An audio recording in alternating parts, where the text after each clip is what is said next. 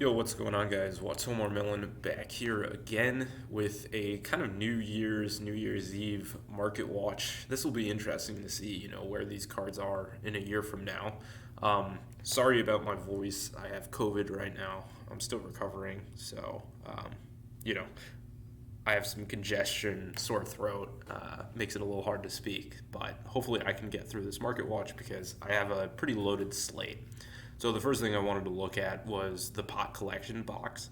Pretty cool product. I'm not a huge fan of figurines or memorabilia in general, but regardless, you see Pot of Greed holding some pretty decent value given I forget what the MSRP of the set was. I think it was around 200, so it's a little bit above that. Maybe it was 150. Um, Regardless, holding pretty good value. Pot of Greed at 75, but you look at all the individual pots, and many of them are doing quite well. You can look at some of them. Obviously, Pot of Duality has had a buyout. There's only two listings. Lowest listings $50.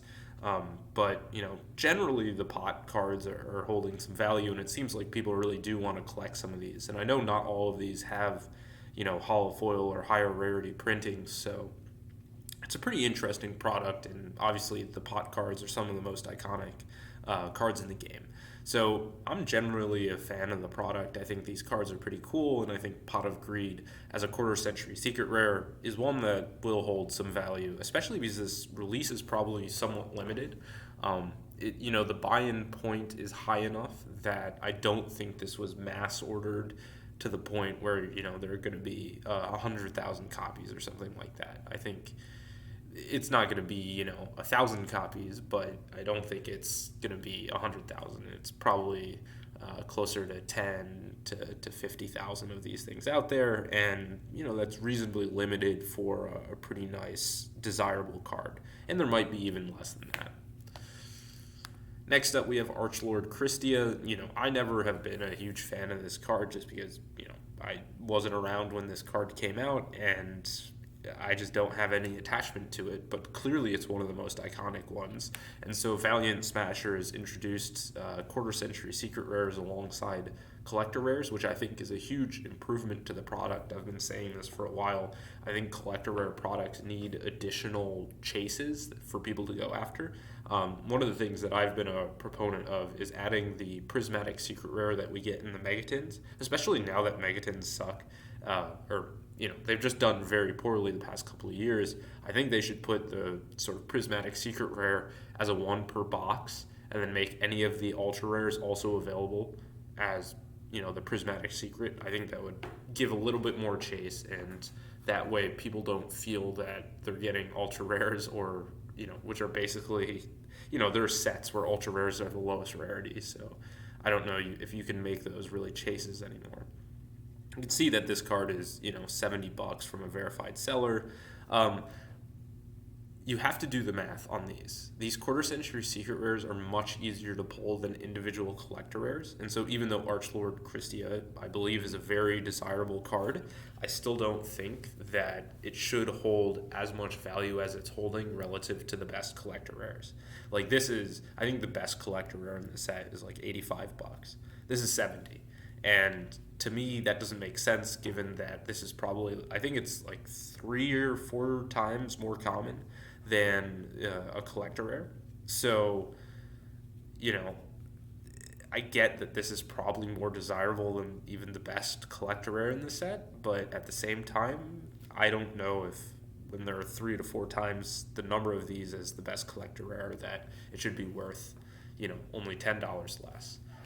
So I'm not super optimistic about some of the prices on these, given that the collector rare sets have really suffered as of recently. This is one that we always look at. It's Honest collector rare. I'm just a huge fan of this card. Honest specifically, and I love the collector rare rarity. I've not seen what they did for the foiling of Honest. It's one where there's not a lot of background to work with, but I think, if they did some cool texture on the feather, I think there's some stuff that they could do. And so I haven't seen it yet. I do want to purchase it, but for me, with these collector rares, even though there's a low supply, and you can see there's, $24 plus $1 shipping, and then it goes up from there, I'd much rather sit and wait and pay, $2 more later than have this card drop by another 10, which oftentimes is what happens.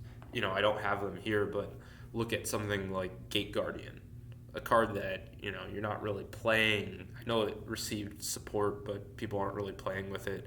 I get that Honest can be used, I think, in Edison, in Lightsworn decks, but, I don't think there's a ton of use for this card. There are other high rarity printings, and I don't know that there are a ton of people clamoring to get it, but it's still a really cool card. I'm going to pick one up, but I guess I'm not desperate to get it at this stage. Change of Heart Quarter Century Secret Rare. This is one that I was desperate to get. And when I saw this for, I think, $12 to $13, I was impressed. I was like, wow, I think this card is, I would definitely buy this at $12. And so I did. And you look at it now, there's sales at 30, 35, unverified sellers below 30, and then from there it's 35, and then it's quickly up to 40. I don't think this is a $12 card. I don't think it's a $40 card either, given how much Rarity Collection has been opened. Maybe it will be. I don't think it will stick. I think this is a buyout, but I still think that, if it's $10, $15, that's a pretty good deal for a pretty iconic card and a pretty nice looking rarity. I said pretty a lot there. But I'm generally a fan of Change of Heart, and, I think if I can get a sale at $35, $40, I'll probably sell it, but, this is a cool looking card, and so I'm happy that people are recognizing this as a nice one. Next up, we have Ancient Fairy Dragon, Quarter Century Secret Rare, again out of Rarity Collection. I don't know what they're doing with these Signer Dragons. I think they kind of dropped the ball with the Starlight Rare, because the Starlight Rare, they had Stardust, they had Black Rose Dragon, they had Black Wing Dragon. Did they have any other ones? I'm forgetting now if they had any other ones, but they had like half the Signer Dragons and then didn't complete it, which was kind of like, why? And then now with the Quarter Century Secret Rare, and going back to the Starlight Rare, they had like a Power Tool Dragon set in, I think, one of the Duelist packs, and they could have done something special where they also made Power Tool a Starlight Rare, but they didn't do that.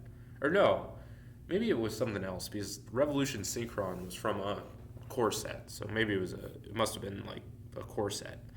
Anyways, they should have made Power Tool a Starlight Rare. Regardless, they now are moving to Quarter Century Secret Rare after not finishing the Starlight Rares, and now we have Ancient Fairy Dragon as a Quarter Century Secret. And then it becomes a question, well, you have Black Rose Stardust now as Quarter Century Secrets, now Ancient Fairy. Do you reprint Black Wing Dragon in Quarter Century Secret? I don't know. Like, you didn't finish the Starlight Rares, now you go to Quarter Century Secret Rares, and it becomes a little bit awkward. Like, when are you going to print Power Tool, or when are you going to print Black Wing Dragon? So I don't know what to think about these Quarter Century Secrets. Obviously, if they do end up completing it, that's an interesting chase, where I think a lot of people are going to say, no way I'm going to fork over the $400 for a Stardust Ghost Rare. I'm just going to go for the Quarter Century Secret, and that's much more affordable. Stardust and Black Rose, normally the most expensive ones, are pretty cheap. Ancient Fairy, as you can see, is $15. Obviously, it's going up from here. It was $8.50 for some amount of time, but I don't know. I think that if they don't have some sort of consistency, I'm not super confident. Another one that is sort of going off the market and going up is Celine. You can see that this was a $6 card at some point in time. Now it's 32, 35, 38. It's going up. I think Quarter Century Secrets, the biggest thing people didn't look at when looking at the set is how Rarity Collection does in the Japanese world. And the big thing you have to understand is that there are a couple of cards that hold huge, huge value. And what we saw was, there's an Ash that was only $150. If this was Japan, it would have been like a $400 card. And so you look at the top end of the set. For the American market, European market, let's just say TCG market, they really focused, the the value is kind of more spread out amongst cards. In the Japanese market, it's, very concentrated on the high end. Next up, we have Blue Eyes Ultimate. This is one that's kind of just gone off the market. It went down for a second there, and as you can see, there's not really much left. Lightly played at 35, near mint 50, and then it goes up from there. Now, I don't know how much of this I'm making this video on New Year's Eve is sellers just moving their listings to offline because they don't want to have like a huge amount of sales to get through when they go into work. But even then, it seems like there's a lot of supply missing on this card. And this is one where I liked this card, and I've said it before, because there just aren't other high rarity printings for this to fight against. So as a ghost rare, I've said ghosts from the past two, I don't think they look as bad as everyone makes them out to look. And if we look at ghosts from the past two in general, we can look at some of the cards. You've got your Blue Eyes, Dark Magician. One that I always like to look at is Cyber Dragon, but Cyber Dragon is just, it received the quarter century secret, and then, why would you fork over so much money for a ghost rare when there's this quarter century secret, which looks incredible? So you can see there's still a bunch of listings, and this one continues to go down. But for cards that don't have those reprints, it seems to be doing quite well. Blue Eyes White Dragon Ultimate Rare out of the starter deck Kaiba Reloaded. This one got re-waived, so I imagine the Unlimited is dirt cheap. Yep, $3, not too bad. And then first edition, $11. I mean, this is a cool looking card, and I know people hate the tablet artwork, but it's Blue Eyes, it's Ultimate Rare. You're not going to get an SM51, at least not soon, so it is what it is. Continuing with the Blue Eyes, we have the Secret Pharaoh's Rare out of Magnificent Mavens. You can look at the price. This has slowly gone down over the past 3 months. If we look at the 6-month trend, there is the spike, and then it's really fallen off from there. $186. I'm surprised that it has the sales rate. That instills more confidence than I would have thought, because there's not a huge supply of this, and I guess people are into the Millennium Secret. I'm not a huge fan of it, but more power to them. Then we have another tablet artwork. We have Blue Eyes White Dragon Quarter Century Secret out of the Legendary Collection. That actually ended up spiking after being down quite a bit. I didn't know that this happened, but you can see that there are a bunch of unverified, but, I guess people do like their Blue Eyes cards, and even though this is a promo, super easy to get, it's still a cool looking card, and it's one of those things where even though the supply is quite high, the demand is even higher, and so it seems to be doing pretty well. Guardian Angel Joan, one of the stay-at-home promos, no sales, but you can see it's $300. These are pretty limited. And if we look at United We Stand, which technically should be more limited than the Guardian Angel Joan by about 200 copies, so not something crazy, but you see this one's 400. There's a sale about a month ago at 400. This is not too bad. One of the big things I like is getting the letter, and you can see that this person actually includes the letter as well, and it's still sealed, so that's not too bad. I'm a huge fan of the United We Stand promos, as you guys know. It's one of those things where I think that it's a part of history, and you can't tell Yu-Gi-Oh's history without the stay-at-home promos, without talking about COVID. I have COVID right now, but obviously lockdowns were a crazy time. Divine Dragon Knight Felgrand Ghost Rare, cool card.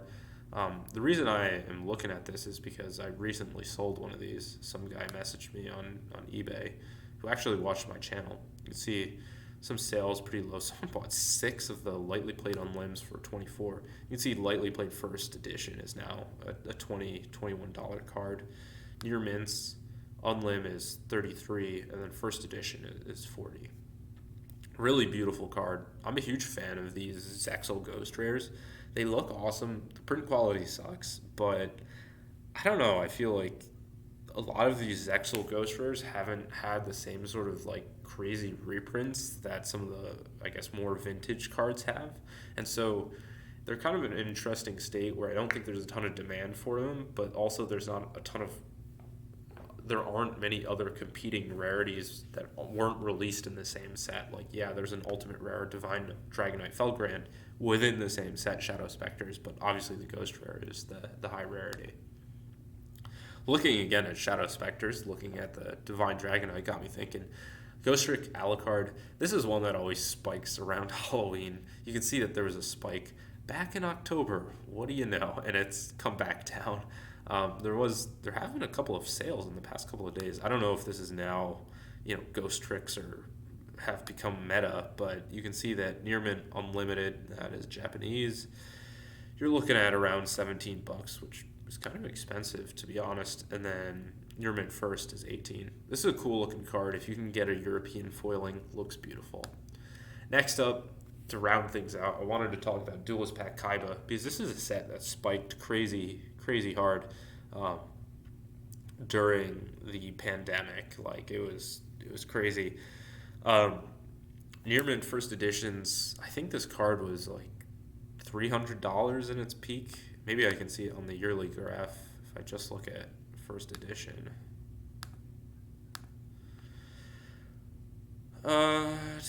Got up, I think probably back in 2022, 2021 at the height of prices. This was definitely a $300 card. I'm not misremembering. You can see that it was well into the 200s. This thing has fallen out like absolutely mad.